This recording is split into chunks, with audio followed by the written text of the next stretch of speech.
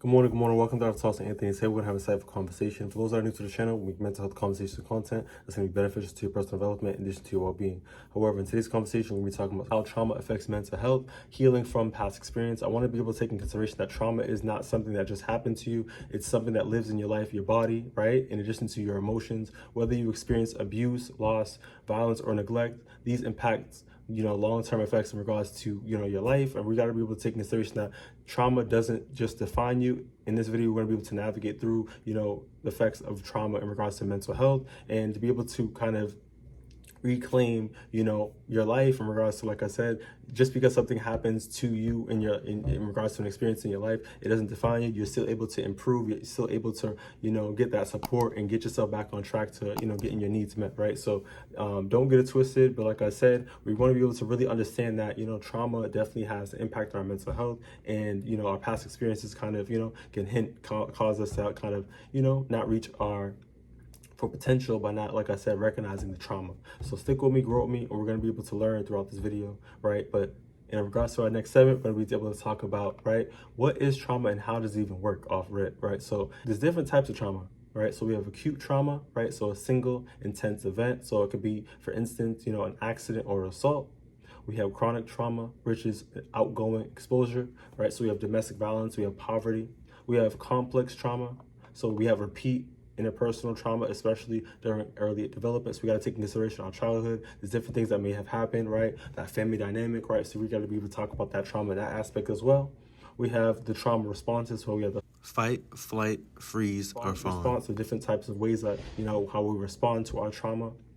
We have the nervous system's role. So trauma can dysregulate the brain's response to stress, leaving the body stuck in survival mode. So we got to be able to take into consideration that, the stress in regards to the trauma and how that affects on our body, right? So that's really major. So in regards to reflection, I really want to take into consideration that, have you ever felt as if that, your reaction to something was just too much, but, deep down it came from somewhere older, deeper, or just unresolved? We got to really be able to take into consideration that, I know we're in life, we have school, we have work, we have a family, we have different needs, we have different things going on, right? Different priorities. But we got to take into consideration, like I said, different things that happen to us in our past have an impact on the way that we move today, right? So we got to really be taking consideration to heal and process and really have that acceptance and really regulate that we're able to improve with that positive mindset and really just release and have forgiveness, so we're able to kind of like just move freely and not have any hindrance on our life, right? But we gotta really recognize that, like I said, that the trauma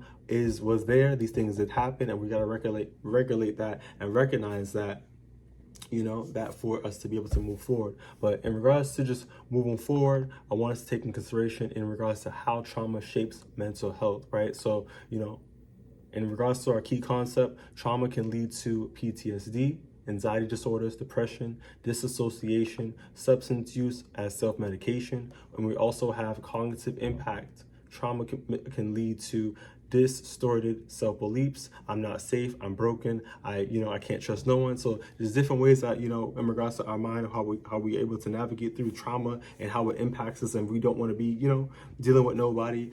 We're hypervigilant, so always looking around, we don't trust nobody, right? So there's different ways how it impacts us, and just even culture, right? So we got to take that in consideration, right? But moving forward, we also have behavioral impacts. We have avoidance. Like I said, you don't want to be around nobody. You don't want to be near no one, right? We have emotional numbing. We have difficulty with relationships, right? So there's just this, it impacts us in various ways depending on different situations, right? So we have, like I said, there could have been a breakup situation. There could have been abuse, right? There could have been, the way that your parents talk to you emotional. You know what I mean? So just because I know we associate when we think of, what is it called, like physical abuse, there also is emotional abuse, right? So there's different ways that trauma could impacted the way that, like I said, that impacted us today in regards to our past.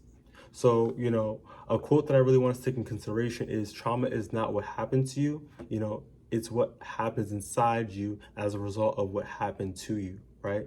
By Gabriel Mate. So we got to be able to take in consideration that, like I said, it's not what happened to you, it's about how we're able to kind of use that experience in a positive way, respectfully, in a healthy way, right? You know what I mean? And to be able to kind of make a positive impact in regards to our circumstances. But moving forward, I want to be able to dive right into, coping with trauma in daily life and how we're able to kind of regulate ourselves when we're, undergoing, trauma. So overall, we have the grounding tools. So we have the 5, 4, 3, 2, 1 technique, right? So you're able to use that where you're able to keep yourself grounded, keep yourself present, and using different, like your sensories to be able to help you regulate yourself.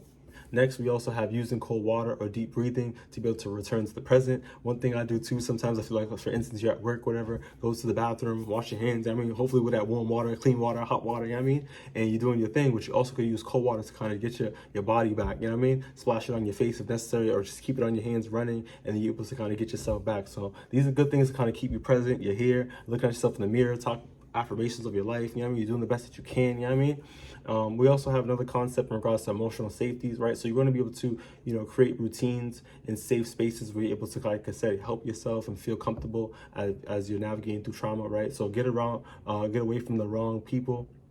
Try your best to kind of keep yourself in conducive, safe spaces to be able to kind of make yourself feel, neutral, feel good. Limiting exposure to your triggers or known triggers, right?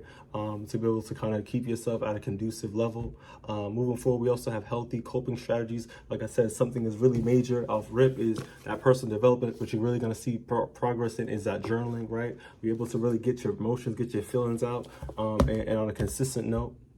We have movement, we have that physical active, exercise, which is really important. We have meditation, spending time for that solitude, that being present, thinking about, getting away from the noise, getting away from people that are the distractions, right? And just kind of just having that meditation, that mindfulness, and even art, we have art therapy, different modalities to be able to help us too. So different things we're able to do to help us, helping, healthy coping strategies. One of the things that's major as well is setting boundaries with people or situations that feel unsafe, right? So if you know that you're trying to navigate, get yourself right, you're trying to improve your ways, you're trying to really navigate and heal from the trauma, you gotta be really gonna be able to recognize that you're gonna have to really do things that are beneficial for your growth and for you. And if that means setting boundaries and telling people no, to prioritize yourself and your needs, do what you gotta do, put yourself first. A pro tip I really wanna be able to advise as well is going to be able to build a rescue plan for difficult moments, right? So list 3 things that are going to be able to calm you down, right? Or 3 people you can call, or even 3 places where you're able to feel safe, right? So you want to really be able to have these different things or ideas. So when you're having a tough time, you're having a stressful day, you have different places or different things that you can do to help you get back to that healthy, positive way to keep you neutral and keep you emotionally regulated, right? Gotta have a plan. Sometimes, having a plan, having that support can really be beneficial. Next segment, we're going to be talking about the healing process, right? So therapy, support, and that self-compassion, right? This is going to be helping you to navigate through, traumatic experiences so you can be the proactive person that you need to be. Right, so key concept off rip is going to be trauma-focused therapy. So there's actual therapies that are catered, specialties that are catered for you to be able to get whatever those needs are, or anybody that needs to get those needs met, right? So we have, like I said, that trauma-focused therapy. So we have EMDR, so we have eye movement desensitization and reprocessing. That's going to be able to help, you really be able to navigate through that in that modality. We have somatic therapy, so releasing the trauma from the body, right? And we also have that trauma-informed CBT, so really breaking down those thoughts, those patterns, and really regulating what's going on and figuring out solutions to be able to help you and support you through your trauma in your day-to-day living, right? In addition to that too, I really want to be able to include as well is the importance of safety and that trust, right? So healing can only happen in those safe emotional environments. So I'm really pushing for that professional. We're able to have a professional support you, right? Do your tracking. They're able to really keep, tabs on your development, on your growth, and really be able to really see how you're feeling emotionally, right? And this professional, I keep emphasizing professional because it's one thing you're talking to your friend, talking to, a close one, a relative, etc. But when you're having a professional, these people are, went through the courses, they went through the curriculum, they know what they're talking about, they have the education, the knowledge, etc. And the solutions and resources too, to be able to help you, in that safe space as well. So I really want to push for that as well. But moving forward, we also have the role of community and connection, right? So feeling seen, being heard and validated is a part of that recovery process. So you really want to be able to, like I said, have resources for yourself, have a professional for yourself, and have other connections for yourself, so you're able to heal throughout that process. In addition to that as well, we also want to take in consideration is self-compassion is key. So healing takes time. It's not about, getting over it, but learning to live with more ease, right? So we got to take in consideration that, we got to be kind to ourselves. We got to let ourselves know that we're doing the best that we can, right? We're seeking the proactive, supports. We're doing the personal development. We're journaling. We're making sure that we're being in tune with our emotion, regulating ourselves. We're using our coping tools and all things that we know that are going to be able to help us, regulate ourselves, so we're able to become the best individuals that we can be, right? So we got to recognize that things are not going to just happen inside of a finger, but as, we embrace the process, we have that self-acceptance, and we're having, that positive mindset, being kind to ourselves, things will get better over time, right? So I want to also take in consideration in regards to reflecting exercise, right? So what would it feel if you were able to treat yourself with the same compassion you offer, someone else who's been hurt as well, right? So the same we're able to provide that exceptional service when we're helping our friend, helping our loved one, helping a baby, right? We're doing the exceptional things on that aspect. What about ourselves, right? I want us to take that in consideration because you are a priority, right? So moving forward in regards to our next segment, we're going to be talking about building resilience after trauma. So first concept is going to be, resilience is reclaimed strength, right? So you survived and now you can grow. In addition to that too is rewriting your story. So trauma doesn't erase your potential for joy, purpose, and connection. You're able to rewrite your story, you're able to improve at any given moment in time, right? So, never quit, right? Don't quit, you know what I mean? I don't want you to be taught from the floor up. Like I said, we got to maintain that positive mindset so we're able to, like I said, move forward and improve. Next is going to be resilience practices, right? So gratitude journaling, we can rebuild our trust in healthy relationships, finding meaning, in our healing journey, right? So there's different ways to do this and different ways to keep pushing forward when we're able to, like I said, have that positive mindset. In regards to a mindset shift, I want us to take into consideration is that you are not the trauma, you are the survivor, and you are still becoming, right? So you're still working through, you're still progressing, you're still moving forward, right? So you gotta take that in consideration.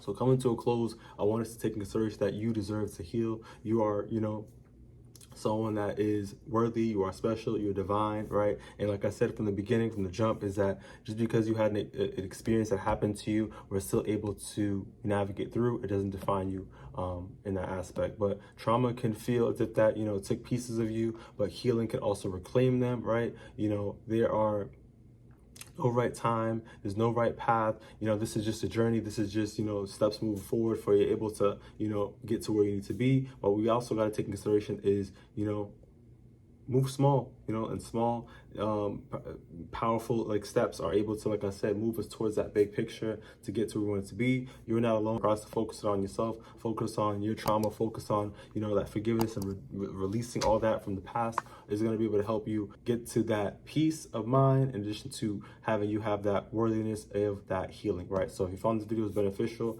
give it a thumbs up, share if possible, and I'll see you in the next one. Take it easy, stay blessed.